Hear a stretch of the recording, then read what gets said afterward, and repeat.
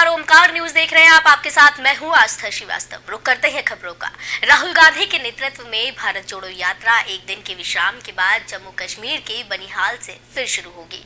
कांग्रेस महासचिव जयराम रमेश ने जानकारी दी है कि भारत जोड़ो यात्रा बनिहाल से फिर शुरू होगी। उन्होंने कहा कि हम वो दूरी तय करेंगे जो कल नहीं कर सके थे। बता दें कि यात्रा अपने अंतिम चरण के लिए शुक्रवार को कश्मीर घाटी में प्रवेश करेगी। 30 जनवरी को श्रीनगर में एक रैली के बाद ये यात्रा समाप्त होगी। जयराम रमेश ने कहा कि यात्रा जम्मू के विभिन्न जिलों से होकर गुजरी है और लगभग 90 किलोमीटर की दूरी तय की है। तो आपको बता दें कि राहुल की भारत जोड़ो यात्रा जम्मू कश्मीर में है और जम्मू कश्मीर में एक दिन के विश्राम के बाद फिर से यात्रा शुरू होने वाली है। 90 किलोमीटर की दूरी अभी तक तय कर चुकी है जम्मू कश्मीर में और राहुल की ये यात्रा कन्याकुमारी से शुरू हुई थी, जो कि अब जम्मू कश्मीर में पहुंच चुकी है। कांग्रेस सांसद राहुल गांधी की भारत जोड़ो यात्रा काफ़ी सुर्खियां इन दिनों बटोर रही है और इसी के चलते संजय राउत भी इसमें शामिल हुए थे। 7 सितंबर से शुरू हुई थी यह यात्रा, जो अब 30 जनवरी 2023 को श्रीनगर में समाप्त होने वाली है। इस यात्रा का मकसद आम आदमी के मन से डर को दूर करना और महंगाई और युवाओं में बेरोजगारी की ओर लोगों का ध्यान आकर्षित करना है। राहुल गांधी के इस यात्रा से कई विपक्षी दल के नेता, टीवी कलाकार प्रभावित हुए हैं और वे इस यात्रा में शामिल हुए हैं। कांग्रेस की भारत जोड़ो यात्रा में शिवसेना नेता और राज्यसभा सांसद संजय राउत भी शामिल हो चुके हैं। राउत जब जम्मू कश्मीर के दौरे पर थे तब वो इस यात्रा का हिस्सा बने थे और उन्होंने इस बीच में राहुल गांधी की भी खूब तारीफ की थी। कांग्रेस की भारत जोड़ो यात्रा में स्वराज इंडिया के नेता योगेंद्र यादव शामिल हो चुके हैं। जब यात्रा हरियाणा के कुरुक्षेत्र से होकर गुजर रही थी तब किसान नेता राकेश टिकैत भी इस यात्रा का हिस्सा बने थे। कांग्रेस की भारत जोड़ो यात्रा में महाराष्ट्र के पूर्व मुख्यमंत्री उद्धव ठाकरे के बेटे और पूर्व मंत्री आदित्य ठाकरे शामिल हुए। वो हिंगोली में राहुल गांधी के साथ दिखाई दिए थे। जम्मू कश्मीर नेशनल कॉन्फ्रेंस के अध्यक्ष फारूक अब्दुल्ला भी भारत जोड़ो यात्रा में शामिल हो चुके हैं। इस यात्रा में शामिल होने के बाद उन्होंने कहा था कि राहुल गांधी की भारत जोड़ो यात्रा का लक्ष्य देश को एकजुट करना है। भारत जोड़ो यात्रा में राहुल गांधी का हौसला बढ़ाने के लिए डीएम के सांसद कनिमोझी शामिल हो चुकी हैं। इस दौरान उन्होंने कहा था कि देश को एकजुट करने का प्रयास राहुल गांधी का सराहनीय है। स्वराज भास्कर भी इस दौरान सुर्खियों में बनी हुई है। भारत जोड़ो यात्रा में वो शामिल हो चुकी हैं। स्वरा भास्कर मध्य प्रदेश के उज्जैन में इस अभियान से जुड़ी थी। उन्होंने सोशल मीडिया पर पोस्ट शेयर किया था और इस बात की जानकारी उन्होंने शेयर की थी। राहुल गांधी की इस यात्रा में अभिनेत्री रिया सेन शामिल हुई हैं। उन्होंने खुद ही अपने अकाउंट पर पोस्ट शेयर कर कैप्शन में लिखा था कि बातचीत भारत के लोकतंत्र का अभिन्न अंग है। जब हमारे समाज के सभी वर्गों के बीच स्वतंत्र और निष्पक्ष चर्चा होगी तभी हमारे देश की वास्तविक क्षमता चमकेगी।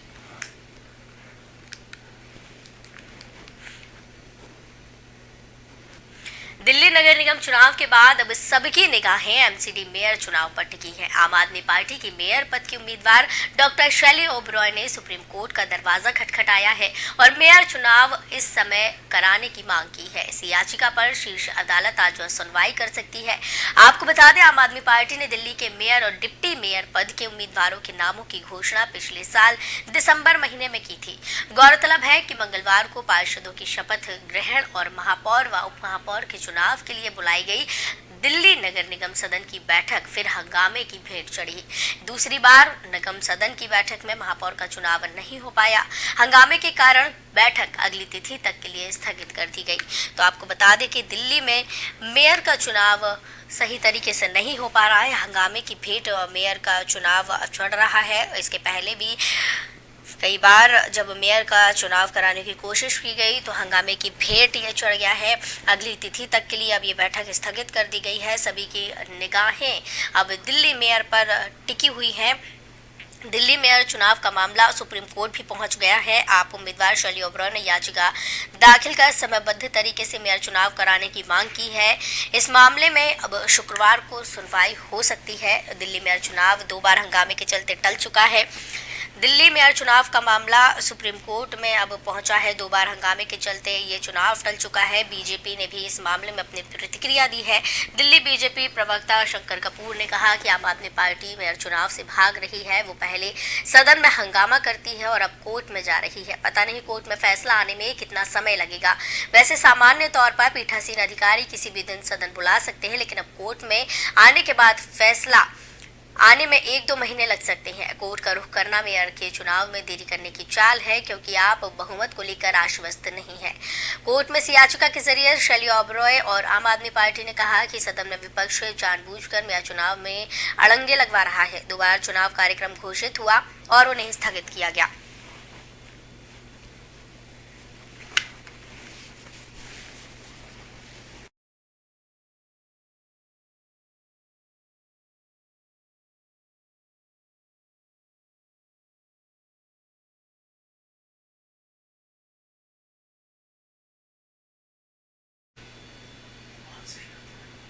केंद्रीय गृह मंत्री अमित शाह 27 और 28 जनवरी को कर्नाटक दौरे पर आएंगे। कर्नाटक भारतीय जनता पार्टी के महासचिव महेश तेंगिकाई ने कहा कि अमित शाह 27 जनवरी को हुबली पहुंचेंगे और अगले दिन वो 2 कार्यक्रमों में हिस्सा लेंगे। उन्होंने बताया कि शाह 28 जनवरी को हुबली, धारवाड़ और बेलागवी के दौरे पर विभिन्न कार्यक्रमों में और भाजपा द्वारा आयोजित रोड शो में हिस्सा लेंगे। आपको बता दें, अमित शाह पहले केएलई के बीवीबी कॉलेज की 75वीं वर्षगांठ में शामिल होंगे और एक इंडोर स्टेडियम का उद्घाटन करेंगे।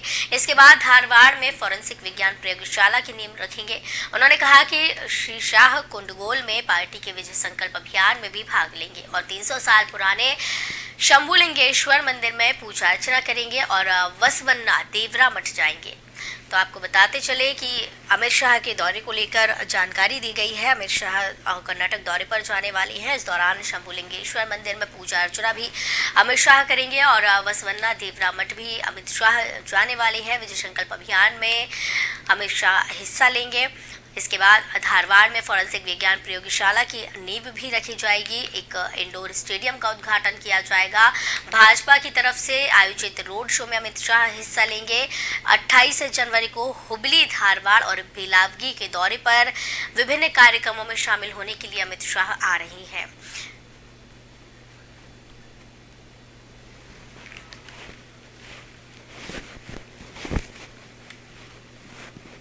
भारत और न्यूजीलैंड के बीच 3 मैचों की T20 सीरीज आज से शुरू हो रही है। पहला मुकाबला रांची के JSCL इंटरनेशनल स्टेडियम कॉम्प्लेक्स में खेला जाएगा।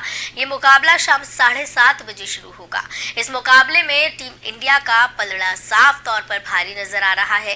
दरअसल टीम इंडिया अब तक रांची में कोई T20 नहीं हारी है। इसके साथ ही भारतीय टीम के न्यूजीलैंड के खिलाफ पिछले 11 मैचों के नतीजों को देखें तो केवल एक मुकाबले में टीम इंडिया को हार मिली है। वैसे ओवरऑल रिकॉर्ड में भारत और न्यूजीलैंड के बीच T20 क्रिकेट में अच्छी टक्कर देखने को मिली है। अब तक दोनों टीमों के बीच 22 T20 मुकाबले खेले जा चुके हैं। इनमें से 10 मैच भारत ने जीते हैं, जबकि 9 मैच न्यूजीलैंड के हिस्से आए। 3 मैच टाई भी रहे। रांची में बाद में गेंदबाजी करने वाली टीम को ऑस के कारण कुछ परेशानियों का सामना करना पड़ा है। ऐसे में यहाँ पहले गेंदबाजी करना अच्छा विकल्प होगा। यहाँ हुए 25 T20 मैचों में 16 बार पहले गेंदबाजी करने वाली टीम को ही जीत मिली है। मैच के दौरान तापमान 15 डिग्री सेल्सियस से भी कम रहने के आसार हैं, और लेकिन इस दौरान बारिश के आसार नहीं नजर आ रही हैं। तो आपको बता दें, ओस की वजह से काफ़ी परेशानियों का सामना करना पड़ सकता है।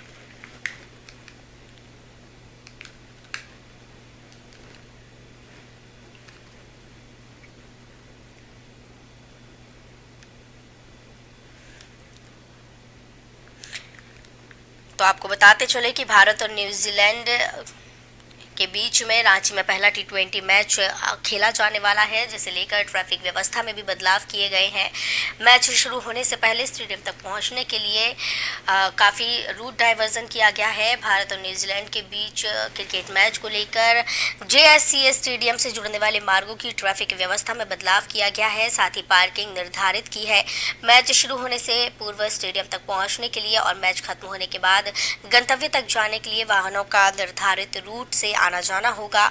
जमशेदपुर, सरायकेला, चाईबासा, खूंटी और सिमडेगा से आने वाले वाहन तुपुदाना रिंग रोड के रास्ते प्रोजेक्ट भवन, ध्रुवा, गोल चक्कर और संत थॉमस स्कूल होते हुए आने वाले हैं और प्रभात तारा मैदान में पार्क किए जाएंगे। सामान्य वाहन संत थॉमस स्कूल के पास, प्रभात तारा मैदान, मियां मार्केट के पास पार्क होंगे। वहीं वैकल्पिक मार्गों की भी इस दौरान व्यवस्था की गई है। रांची में भारत और न्यूजीलैंड के बीच में आज मुकाबला होने वाला है। इस T20 शुरू में 27 जनवरी यानी कि आज खेला जाने वाला है। जेएससी इंटरनेशनल स्टेडियम में ये आयोजित होने वाला है। मौसम विभाग के मुताबिक भारत और न्यूजीलैंड T20 मैच के दिन आज यानी कि रांची का मौसम क्रिकेट के अनुकूल रहने वाला है। उसकी वजह से कुछ परेशानियों का सामना ज़रूर करना पड़ सकता है, लेकिन बारिश के इस दौरान कोई भी आसार नज़र नहीं आ रही हैं।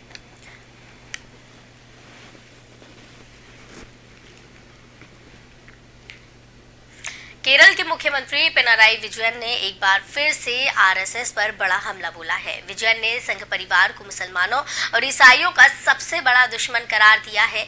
उन्होंने इस तरह के विभाजनकारी कार्यों के खिलाफ एकजुट होने का आग्रह किया। विजयन के इस आरोप के बाद भाजपा ने इसकी तीखी आलोचना की। विजयन ने कहा कि संविधान जो जातिगत भेदभाव और धार्मिक घृणा के खिलाफ लड़ने का सबसे अच्छा हथियार था, वर्तमान में हमले का शिकार हो रहा है। केरल के सीएम ने यह भी आरोप लगाया है कि संविधान पर हमलों के अलावा इतिहास को फिर से लिखने की कोशिश की गई। सीएम ने आरोप लगाया है कि संघ परिवार और आरएसएस ने यह स्पष्ट कर दिया है कि उनका उद्देश्य भारत को हिंदू राष्ट्र में बदलना है। उन्होंने केंद्र में सत्ताधारी पार्टी पर एक ऐसे राजनीतिक समूह के अनुयायी होने का भी आरोप लगाया है जिसने स्वतंत्रता संग्राम में भाग नहीं लिया।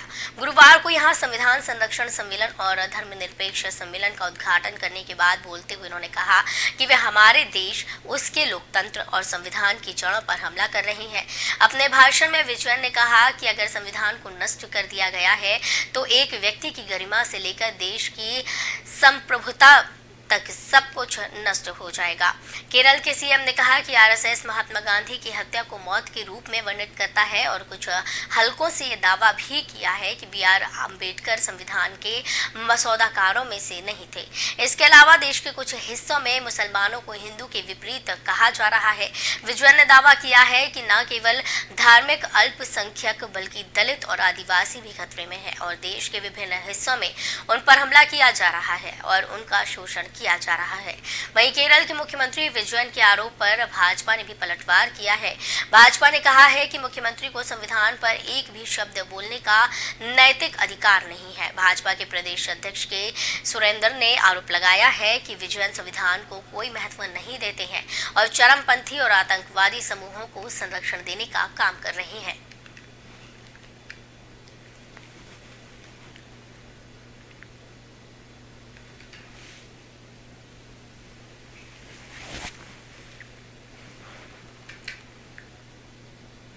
अमेरिकी सेना ने उत्तरी सोमालिया में इस्लामिक स्टेट के एक आतंकवादी बिलाल अल सुदानी समेत उसके लगभग 10 सहयोगियों को मार गिराया। बाइडेन प्रशासन के 2 वरिष्ठ अधिकारियों ने गुरुवार को इसकी जानकारी दी। अधिकारियों ने कहा कि इस सैन्य ऑपरेशन को इस हफ्ते अमेरिकी राष्ट्रपति जो बाइडेन से हरी झंडी मिल गई है। बाइडेन प्रशासन में वरिष्ठ प्रशासनिक अधिकारियों ने कहा कि उत्तरी सोमालिया में एक पहाड़ी गुफा परिसर से बिलाल अल सुदानी ने पूरे अफ्रीका और महाद्वीप के साथ ISIS के विस्तार और अन्य गतिविधियों को अंजाम की योजना बना रहा था। अमेरिका रक्षा मंत्री लॉयड ऑस्टिन के बाद में गुरुवार को एक बयान में पुष्टि की है कि अल सुदानी मारा गया। 25 जनवरी को राष्ट्रपति के आदेश पर अमेरिकी सेना ने उत्तरी सोमालिया में एक अभियान चलाया जिसके परिणाम स्वरूप कई इस्लामिक स्टेट के सदस्य मारे गए, जिनमें बिलाल अल सुदानी भी शामिल था। अल सुदानी अफ्रीका में ISIS की बढ़ती उपस्थिति को बढ़ावा देने और अफगानिस्तान सहित दुनिया भर में समूह के संचालन के वित्त पोषण के लिए जिम्मेदार था।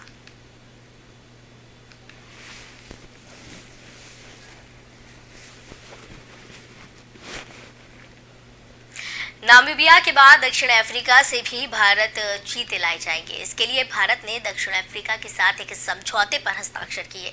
8 से 10 साल के बीच हुए समझौते के तहत हर साल 12 चीते भारत आने वाले हैं। बताया जा रहा है कि फरवरी में भारत को 12 चीते मिलने की उम्मीद है। भारत में आखिरी बार चीता 1948 में देखा गया था। इसी वर्ष कोरिया के राजा रामनुज सिंहदेव ने 3 चीतों का शिकार किया था। इसके बाद भारत में चीतों को नहीं देखा गया। 1952 में सरकार ने चीतों को विलुप्त घोषित कर दिया था। इसके बाद भारत सरकार ने 1970 में एशियाई चीतों को ईरान से लाने का प्रयास किया। ईरान सरकार से बातचीत भी की गई, लेकिन ये पहल सफल नहीं हो सकी। मगर अब नामीबिया से 8 चीतों को मोदी सरकार लेकर आई। केंद्र सरकार की 5 साल में 50 चीते लाने की योजना है। आपको बता दें, कूनो नेशनल पार्क में चीते को बसाने के लिए 25 गांव के ग्रामीण अपना घर छोड़ना पड़ा था। पिछले साल नवंबर 2022 में 8 चीते भारत लाए गए थे। इनमें 5 मादा और 3 नर हैं। इनकी उम्र 4 से 6 साल है। यह अपनी तरह का पहला और अनूठा मिशन है। नामीबिया से भारत लाए गए चीतों को प्रधानमंत्री मोदी ने कूनो नेशनल पार्क में बॉक्स खोलकर 3 चीतों को क्वारंटीन बाड़े में छोड़ा था।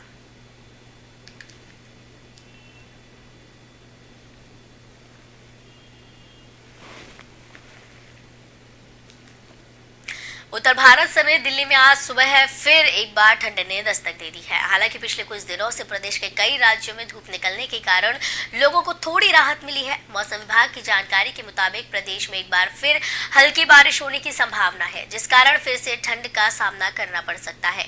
मौसम विभाग से मिली सूचना के अनुसार पश्चिमी हिमालय क्षेत्र में 29 और 30 जनवरी को बारिश और बर्फबारी होने के संकेत है, जिसकी वजह से उत्तर भारत में ठंड का प्रकोप फिर देखने को मिलेगा। इसके अलावा राजधानी समेत मैदानी इलाकों में भी इन दोनों दिन हल्की बारिश या फिर बादल छाए रहने की संभावना है। जानकारी के मुताबिक राष्ट्रीय राजधानी में गुरुवार को न्यूनतम तापमान 12.8 डिग्री सेल्सियस दर्ज किया गया था, जो कि इस महीने का सर्वाधिक था। मौसम विज्ञान के अनुसार दिल्ली का अधिकतम तापमान 17.3 डिग्री सेल्सियस दर्ज किया गया, जिस मौसम के औसत से 5 डिग्री सेल्सियस अधिक है। केंद्रीय प्रदूषण नियंत्रण बोर्ड के आंकड़ों के अनुसार दिल्ली में संपूर्ण वायु गुणवत्ता सूचकांक यानी कि AQI 297 दर्ज किया गया है।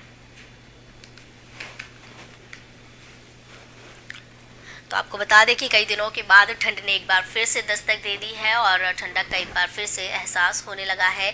कहा जा रहा है कि ऊपरी क्षेत्रों में 29 जनवरी को बारिश होने की संभावना है, जिसकी वजह से निचले इलाकों में ठंड बढ़ती हुई नजर आ रही है। और अभी कई दिनों से कई राज्यों में धूप निकल रही थी, जिसकी वजह से ठंड महसूस नहीं हो पा रही थी एक बार फिर से, लेकिन आज से ठंड ने दस्तक दे दी है।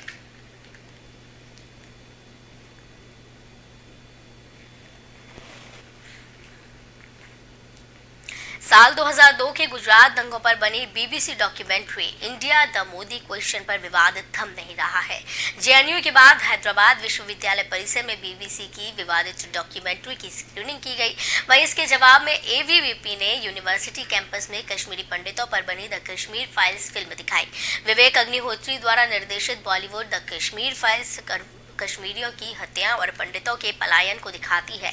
आपको बता दें, केंद्र सरकार द्वारा documentary India the Modi question को दिखाए जाने पर सोशल मीडिया प्लेटफॉर्म पर रोक लगा दी गई थी।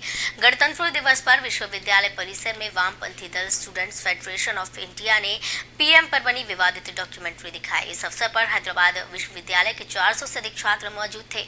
सोशल मीडिया पर SFI ने एक पोस्ट शेयर करते हुए छात्रों की एकता पर बधाई दी और ABVP के हंगामा करने की कोशिशों को नाकाम करार दिया।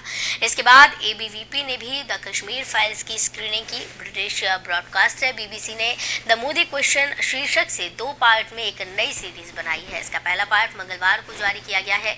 इस सीरीज में PM मोदी के शुरुआती दौर के राजनीतिक सफर पर बातें की गई हैं। वहीं राष्ट्रीय स्वयंसेवक संघ के साथ उनके जुड़ाव, भाजपा में बढ़ते कद और गुजरात के मुख्यमंत्री के रूप में उनकी नियुक्ति की चर्चा भी इसमें की गई है। मोदी के मुख्यमंत्री रहते गुजरात में हुए दंगों का भी इसमें जिक्र है। इस हिस्से में गुजरात दंगों में PM मोदी की कथित भूमिका की बात की गई है। इसी को लेकर विवाद हो रहा है।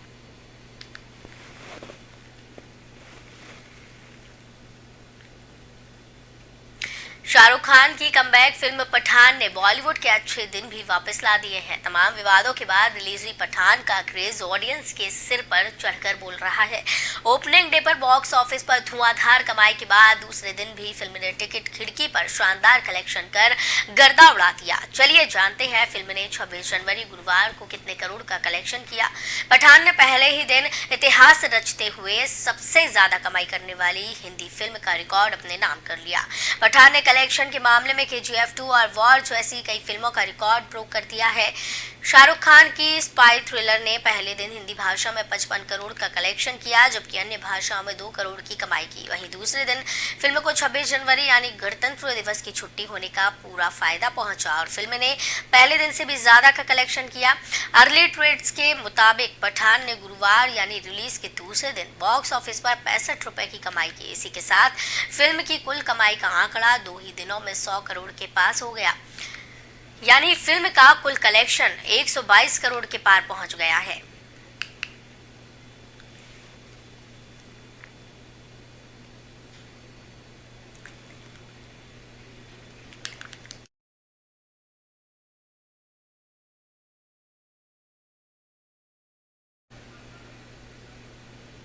तो ओमकार न्यूज में फिलहाल इतना ही। मुझे दीजिए इजाजत। नमस्कार।